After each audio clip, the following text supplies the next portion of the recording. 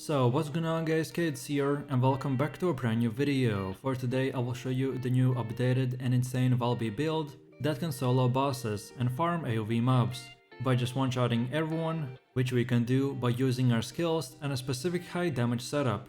So in this guide I will show you what weapons and modules you want to get, then I will explain every single skill and show you the best reactors and external components. And then lastly we will take a closer look at the gameplay and weapon mods, so you would know the reason behind every single build choice and what exactly will give us this insane AoV damage.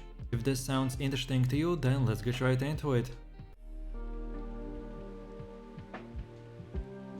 So our new Valby build is insanely powerful because we will use a specific setup in combination with just one skill and a weapon. This is right now the ultimate way to get millions of XP and items. So I recommend for every player to level your Valby to level 40 and use this build to farm every single thing that you need for your other characters. So then with that said, now let's take a look at our modules. For the first one we have the supply moisture, which while on water increases the skill critical hit rate and our weapon attribute trigger rate, and on top of that your mana doesn't get reduced. Then the long distance maneuvering, that modifies our grappling hook range to 25 meters. But the base charge time changes to 6 seconds, and the charge time increases by 20%. This will also increase our max module capacity, which is the main reason why we use this one. Then Dimension Specialist, that increases Dimension skill power modifier by 19%. Then Skill Concentration, that increases the skill critical hit damage by 14%. Then Nimble Fingers, that reduces the skill cooldown by -6%. Then MP Collector, which when defeating an enemy, instantly recovers 12% of max HP at a 4% chance. Then Focus on Non-Attribute, that increases our non-attribute skill power by 19% and reduces skill cooldowns by 6%. Then Skill Extension, that increases the skill duration by 9%.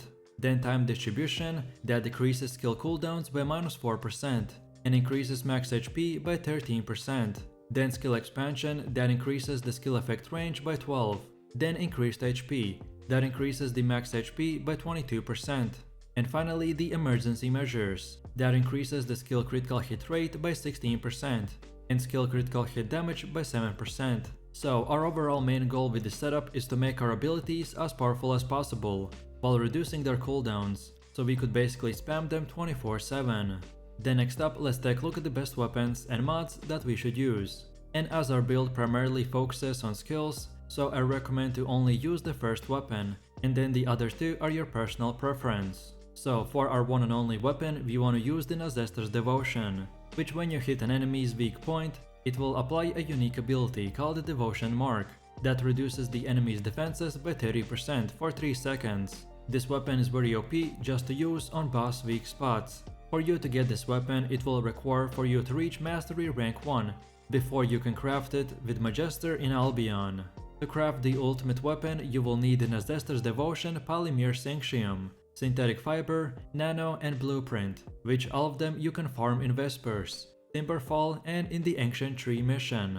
And then when you get the weapon, we wanna use mods like the Weak Point Sight, that increases our weak point damage by 10%, but reduces accuracy by -5%. Then Action and Reaction, that increases ADK by 15% but reduces recoil by 5%. Then Rifling Reinforcement, that increases ADK by 12%. Then Weak Point Expansion, which on weak point hit increases weak point damage by 35%, but it has a 20-second cooldown.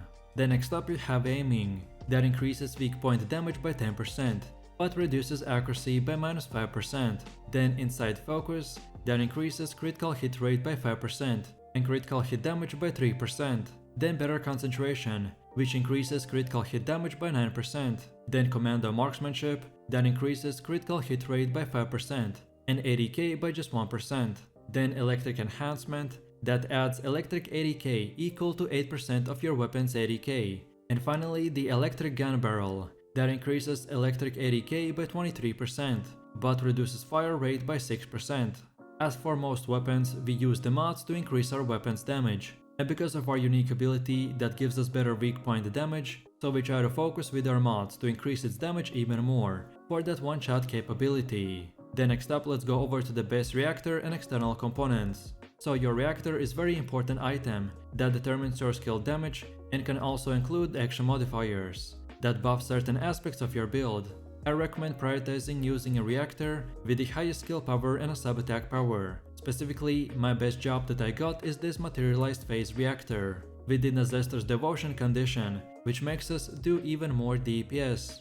And then as for your external components, they're even more of an RNG, at least until you've played the game for long enough to find basically every possible combination with a good stat roll. For our build specifically, I recommend to get the HP Support Auxiliary Power that increases our HP, then HP Support Sensor that increases our max HP even more, then Decimator Memory that increases our max shields, and because we have 2 set piece, so we get plus 5% increase to our critical hit rate. And lastly, we have the Polar Night Processor, which increases both our max HP and the shields. And finally, let's take a quick look at our skills and when we should use them. The first passive skill is called the Water Intake, which when using skills while standing on the water will consume less mana. Then our first active skill is the Bubble Bullet, that bounces a bubble bullet forward to create a small puddle. Enemies in that small puddle will take continuous damage and are inflicted with the Laundry. Primarily, we rely on this skill for damage and status effects. Moreover, it makes enemies vulnerable to the electricity and chill, and it is useful for playing with a bunny build or others who are buffed by those elements. Then the second one is Plop Plop, which creates a large puddle where she is standing. Then Valby pops out, and enemies in that range take continuous damage and are inflicted with the Laundry. This skill can be used as an escape mechanism, debuff and a charging gap closer. What makes the Plop Plop is the power of the water that's left behind as you activate the skill and continue to do damage over time. Moreover, this also triggers the electrical and chill resistance decreases, which is perfect for any party composition with the Bunny and Viessa. Then next up we have the Cleanup, which makes the Valby become liquefied. While she is liquefied, she cannot take her feet off the ground or use skills, but she can move through the enemies and her movement speed and defenses increases. When moving while liquefied, she creates a path of water that deals continuous damage to the enemies and inflicts Laundry. This skill acts as a mobility tool, debuffs and speed boost. You can move through the enemies, which is a big bonus, but you cannot use skills. Therefore, you want to use this to charge in and debuff enemies or to escape a situation where you are taking too much damage. Moreover, you can skate through the enemies to debuff them and then turn it around for our last final skill, if it's active. And lastly, we have the Laundry Grenade that changes the weapon equipped for the launcher. When the launcher is fired, a grenade is created, pulling in enemies inflicted with the Laundry and dealing continuous damage. The best way to use it is to debuff enemies with the Laundry status effect and then only dropping the grenade. The base damage is weak, but you can ramp it up to 200%, and it has a radius of 8 meters. This is your AoE nuke that you want to use in conjunction with others when enemies are debuffed. As you can see from the gameplay, I'm fighting weak enemies, so they die just from one skill and one shot. But if you're fighting stronger enemies like the elites or bosses, then this will become useful. And that's about it. So with that said, I really do appreciate everyone for watching guys, and I hope you enjoyed it. If you have any questions or suggestions, then feel free to leave your comments in the comment section down below. And while you're doing that, please click like, subscribe and enable that notification bell, so this way you could support the channel and not miss any more amazing content. With that said, you have an amazing day and I will see you in the next one. So take it easy, peace.